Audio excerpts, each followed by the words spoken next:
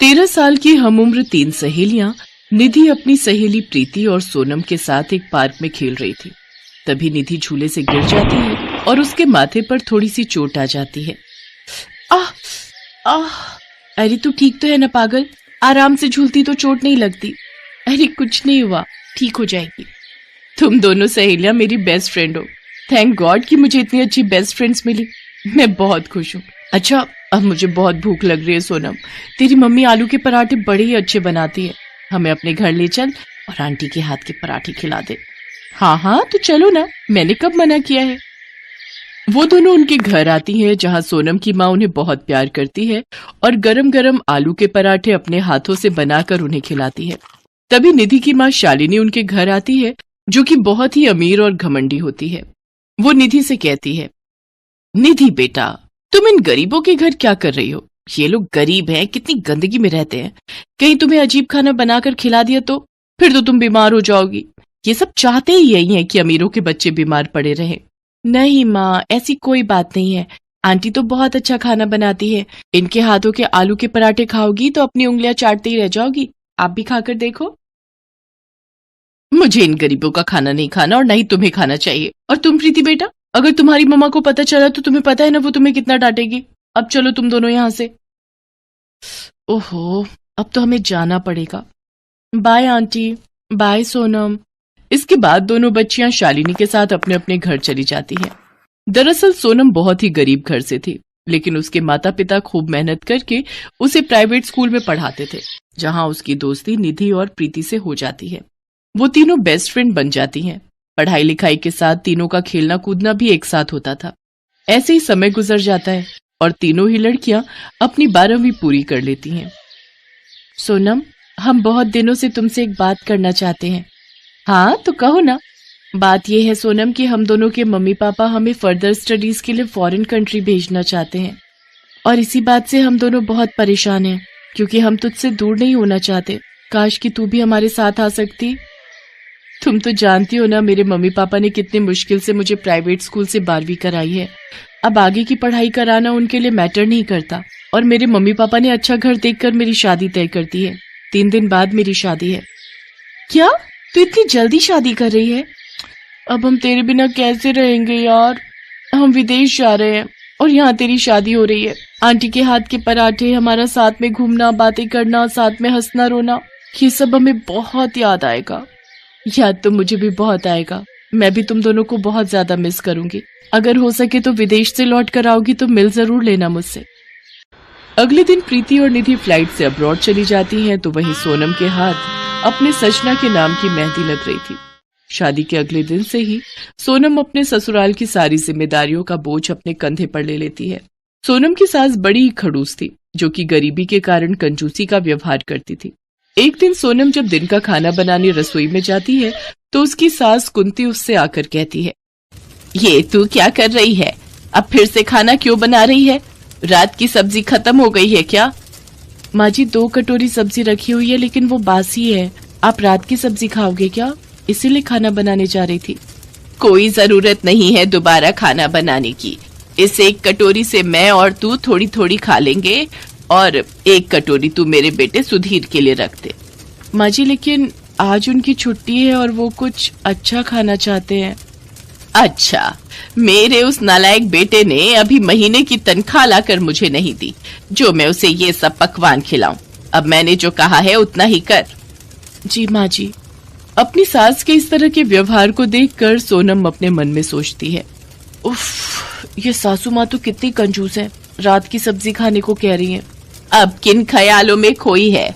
जा रात की सब्जी गरम कर दे और 4 रोटी लगा ले उसके साथ। कुंती इसी तरह सोनम बहू से बहुत ही कंजूसी और हिसाब से खाना बनवाती, लेकिन कुंती को कुछ भी कहने की हिम्मत न तो सोनम में थी और न ही उसके पति सुधीर में। अगर कभी सोनम से कुछ गलती हो भी जाती तो कुंती उसे दुनिया भर की बातें सुना देती। दिन पर दिन गरीबी के कारण कुंती में बहुत ही कंजूसी आ गई और ऐसे ही एक दिन घर का सारा राशन खत्म हो जाता है और खाने के लिए ना तो अन्न का एक दाना होता है और ना ही पैसे। फिर कुंती सोनम से कहती है, अरे मोरी मैया, खाली पेट तो मेरे पेट में बड़ा ही दर्द हो रहा है। अरे सोनम बहू, एक काम कर, लाला की दुकान से जाकर कुछ राशन उधार ले आ, नहीं तो भूख के मारे मेरे प्राण निकल जाएंगे। मेरे बेटे का काम भी सही से नहीं चल रहा, जो अब ये दिन देखना पड़ गया। अब जल्दी जा, मेरा मुंह क्या देख रही है। जी माँ जी, मैं अभी जाती हूँ।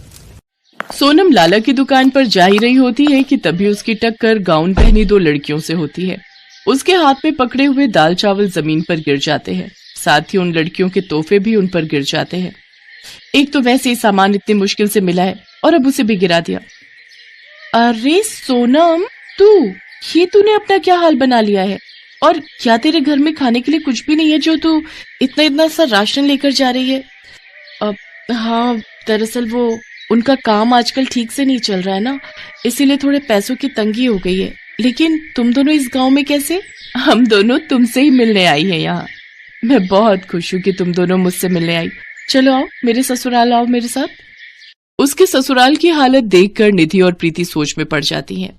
अरे ये तो सोनम के घर से भी ज्यादा गरीब है, पता नहीं वो बेचारी कैसे गुजारा कर रही होगी। देखिए माँ जी, कौन आए हैं?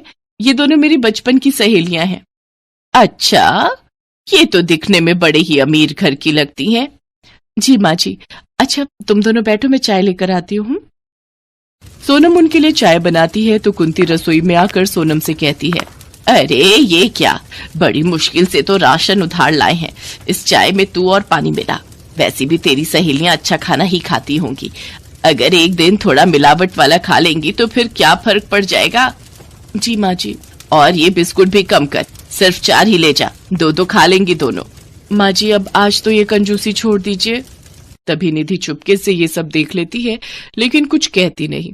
कुछ देर बाद सोनम उनको चाय देती है जिसे पीकर वो कहती है, अरे वाह, तूने तो बड़ी अच्छी चाय बनाई है। अच्छा वैसे कैसे कट रहे हैं तेरे दिन? बहुत अच्छे। अच्छा ससुराल है मेरा, पति और माँ जी मुझे बड़ा प्यार करते हैं। बस कर सोनम, कितना झूठ बोलेगी। अभी अंदर तेरे साथ तेरी सास ने जो हरकत की है वो मैंने अपनी आंखों से देखी है। तेरी सास तुझे कितना प्यार करती है हमें पता चल गया। तूने इस छोटे से घर को भी कितने अच्छे से संभाल रखा है। जो भी है जैसे भी है, अब यही मेरा घर है। अच्छा देखो, मैंने तुम्हारे लिए अपने हाथों से आलू के पराठे बनाए हैं। हाँ, माँ जैसा तो नहीं बना पाई लेकिन फिर भी कोशिश की है। वो दोनों पराठे खाकर खुश हो जाती हैं। तभी वहां कुंती आ जाती है। अरे मोरी मैया, ये आलू के पराठे कब बनाए? आलू कहीं खत्म तो नहीं कर दिए? जरूर ज्यादा आलू भरे होंगे तूने। माँ जी पड़ोसन से आलू उधार लेकर आई हूँ। उस उधार को तेरा बाप चुकाएगा क्या कर? अब बस भी कीजिए माँ जी, इतना कंजूसपना भी अच्छा नहीं होता। मैं मानती हूँ कि गरीबी है लेकिन कम से कम सोनम के साथ ऐसा बर्ताव तो मत कीजिए। और मैं इसे बहुत अच्छे से जानती हूँ, इसने कभी आपको परेशान नहीं किया होगा। खुद को बदलिए, नहीं तो कंजूसी के चक्र में लोग अपनी जान तक दे देते हैं। माफ कर दो बच्चों, आज के बाद मैं ऐसा कभी नहीं करूंगी। पति की मौत के बाद गरीबी के जंजाल में ऐसी फंसी कि कंजूसी को ही आदत बना लिया, लेकिन अब मैं ऐसा कभी नहीं करूंगी। अच्छा अब हम चलते हैं माँ जी। नहीं, रुको बेटी, पहली बार हमारे घर आई हो, अपना सगुन तो लेती जाओ। कुंती बक्से में से 2 साड़ियां निकालकर उन दोनों को देती है।